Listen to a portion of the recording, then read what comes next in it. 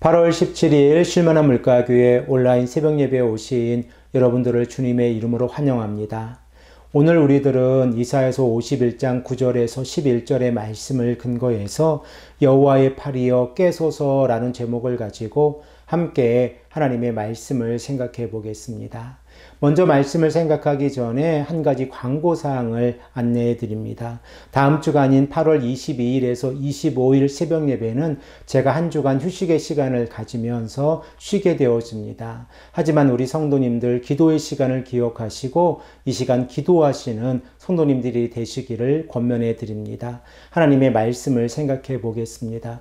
우리들은 이사야서 51장의 말씀을 통하여 이스라엘의 백성들의 정체성에 관하여 생각을 해 보았습니다. 이스라엘 백성들은 의를 따르며 여호와를 찾아 구하는 자들로서 하나님의 백성이 되어지고 하나님의 나라가 되어지었습니다. 그러므로 이스라엘의 백성들의 삶은 하나님의 의를 알아가는 자들이고 하나님의 율법을 마음에 새기며 살아가는 언약의 백성이라고 하는 사실을 깨닫게 되어집니다.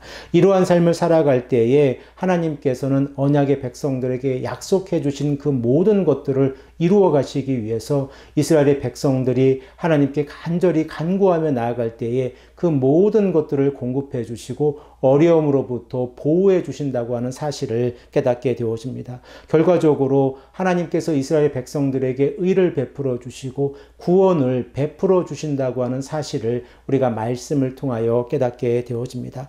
우리들은 이사야서 51장 9절에서 52장 12절까지의 말씀을 통하여 이사야 선지자가 깨어나라 깨어나라 라고 하는 이 표현을 반복해서 사용하고 있다는 사실을 깨닫게 되어집니다. 51장 9절과 17절 그리고 52장 1절의 말씀에 이 내용이 기록이 되어져 있는데 첫 번째에 깨어나라 깨어나라 라고 하는 이 표현은 여호와 하나님과 연결이 되어져 있고 두 번째와 세 번째는 이스라엘의 백성들과 연결이 되어져 있습니다. 그러면 오늘 본문 말씀에서 이스라엘의 백성들이 하나님을 향하여 여호와의 팔이여 깨소서라고 이렇게 간구하고 있는 그 이유가 무엇입니까? 우리 다 함께 본문 9절의 말씀을 읽고 생각해 보겠습니다. 여호와의 팔이여 깨소서 깨소서 능력을 베푸소서 옛날 옛 시대에 깨신 것 같이 하소서 라합을 점이시고 용을 찌르신 이가 어찌 주가 아니시며. 우리들은 이스라엘의 백성들 곧 하나님의 말씀을 지키고 하나님의 말씀대로 살아가기를 원하는 남은 자들이 하나님의 말씀을 듣고 그 말씀에 주의하고 있다는 사실을 깨닫고 있습니다. 그러므로 남은 자들이 여호와 하나님의 구원을 바라보면서 여호와의 팔이여 깨소서 깨소서 능력을 베푸소서라고 간절히 간구하고 있는 표현을 우리가 깨닫게 되었습니다. 이러한 삶을 생각을 해보면 이스라엘의 백성들이 고난의 풀무불로서 바벨론의 포로 생활을 하면서 그들이 하나님께 간절히 간구하고 있는 모습을 우리가 생각을 해 볼 수 있습니다. 그러면 오늘 본문 51장 9절의 말씀 가운데에서 라합이라고 하는 이 단어가 등장을 하고 있는데 그 의미를 우리들은 어떻게 생각을 해 볼 수 있습니까?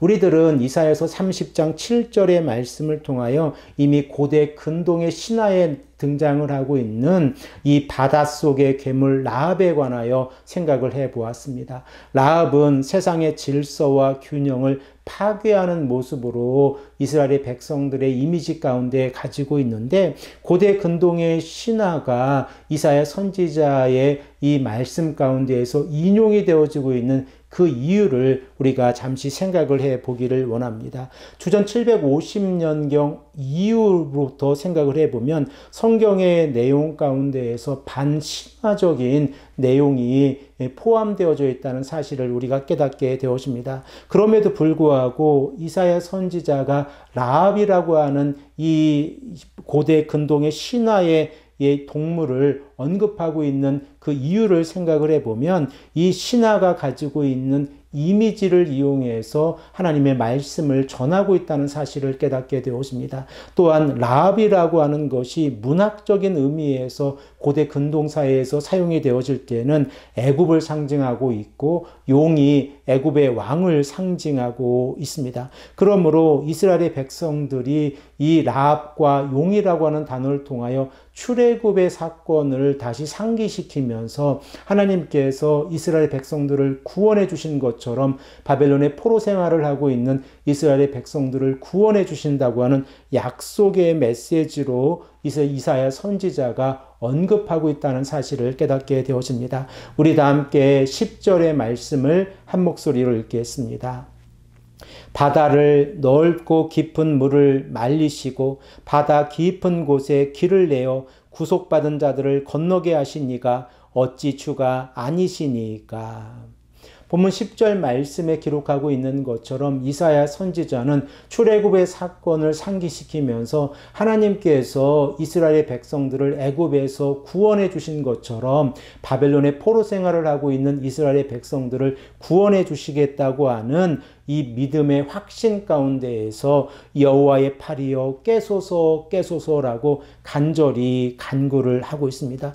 이러한 이스라엘의 백성들의 고백 가운데에서 하나님을 향한 믿음의 확신이 있을 때에 그들은 그들의 입술 가운데에서 찬양을 하고 있는 모습을 우리가 11절의 말씀을 통하여 깨닫게 되어집니다. 우리 다 함께 11절의 말씀을 한 목소리로 읽겠습니다. 여호와께 구속받은 자들이 돌아와 노래하며 시온으로 돌아오니 영원한 기쁨이 그들의 머리 위에 있고 슬픔과 탄식이 달아나리라. 하나님께서 이스라엘 백성들을 구속해 주셨을 때에 그들이 속량의 은혜를 받게 되어지고 이 속량의 은혜로 인하여 이스라엘의 백성들이 육체적인 자유뿐만 아니라 영적으로도 하나님을 의지하며 하나님을 찬양하는 모습을 우리가 바라보게 되어집니다. 사랑하는 성도 여러분, 우리들의 삶 가운데에서도 하나님의 능력을 간구하고 하나님의 팔이 우리들의 삶을 간섭하기를 간절히 간구하는 가운데에서 기도 가운데 있지 않습니까? 우리의 기도가 하늘나라에 도달되어지고 그리고 우리의 기도가 응답받는다는 것은 하나님께서 우리들의 삶에 간섭하시고 인도해 주신다고 하는 사실을 우리가 믿음으로 고백하고 있습니다. 그러므로 이 아침에 우리가 간절히 기도하길 원합니다. 여호와 하나님의 그 능력의 팔이 우리들의 삶을 간섭하시고 인도하실 때에 우리들의 삶에 변화가 일어나고 하나님의 은혜를 경험하게 되어진다는 사실을 깨닫고 이 시간 자복하고 회개하는 모습으로 하나님께 나아가기를 소망합니다. 함께 기도드리겠습니다. 아버지 하나님 감사합니다. 오늘도 우리에게 말씀하셔서 하나님의 말씀을 깨닫게 하시니 감사합니다. 여호와 하나님, 우리에게도 팔을 펼쳐 주셔서 하나님의 은혜를 경험하게 하시고 하나님께서 우리들의 삶을 인도해 주심을 믿음으로 고백하며 나아가는 귀하고 복된 하루가 될 수 있도록 인도하여 주시옵소서.